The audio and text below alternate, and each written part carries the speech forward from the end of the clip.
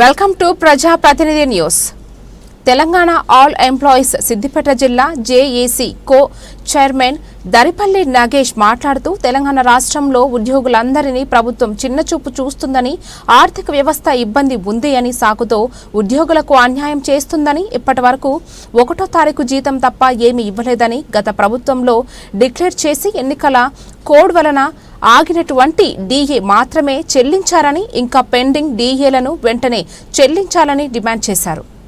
ఈ ప్రభుత్వం వచ్చిన తర్వాత 1వ తారీఖు జీతాలు ఇస్తున్నామని చెబుతూ ఉద్యోగులకు రావాల్సిన నాణ్యమైన డీఏలను పెండింగ్లో ఉంచిందని, అలాగే పెన్షనర్లకు రావాల్సినటువంటి బకాయిలను చెల్లించాలని, అలాగే మేనిఫెస్టోలో పెట్టి ఉద్యోగులందరి సమక్షంలో ఇచ్చిన సిపిఎస్ రద్దు హామీని వెంటనే నెరవేర్చాలని, ఓపీఎస్ని అమలు చేయాలని తెలిపారు.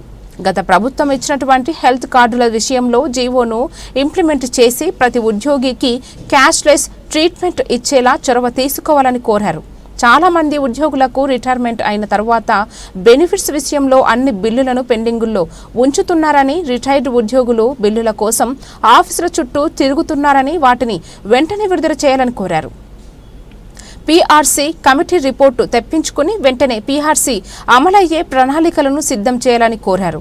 గత ప్రభుత్వం కాంట్రాక్టు ఉద్యోగుల సర్వీసులను క్రమబద్ధీకరించిందని, ఇంకా మిగిలిన కాంట్రాక్టు ఉద్యోగులను మరియు అధ్యాపకులను క్రమబద్ధీకరించి వెట్టి చాకరీ బానిస బతుకులకు చమరగీతం పాడాలని, అలాగే గత కొన్ని రోజులుగా యూనివర్సిటీలో పనిచేస్తున్న కాంట్రాక్ట్ గెస్ట్ ప్రొఫెసర్లు రోడ్లపైకి వచ్చి ధర్నా చేయడం జరుగుతుందని, వారిని పిలిచి వెంటనే సమస్య పరిష్కరించాలని కోరారు.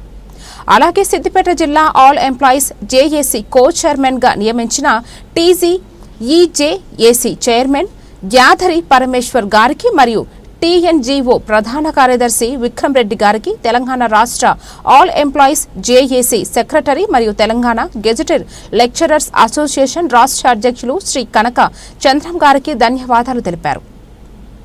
ఉద్యోగుల హక్కుల కోసం తమ వంతు ప్రయత్నం చేస్తామని తెలిపారు.